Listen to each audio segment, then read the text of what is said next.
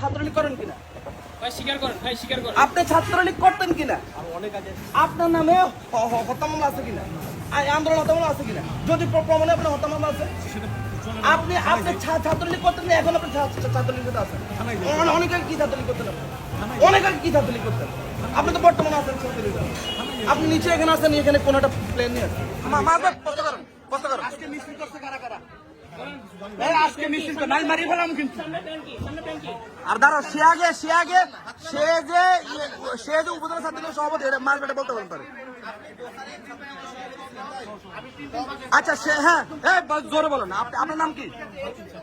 মোহাম্মদ শাকিল আহমদ। আপনি কি ছিলেন? আপনি দোহার উপজেলা, বলেন কোন এলাকার বলেন? দোহার, হ্যাঁ দোহার কি? দোহার উপজেলা ছাত্রলীগের সভাপতি ছিল। দেখুন, সে নিজ মুখে স্বীকার করেছে সে দোহার উপজেলা, হ্যাঁ 89 নাম্বার তালিকা সে জানবে, সেটা আসে সে ভিডিও করো।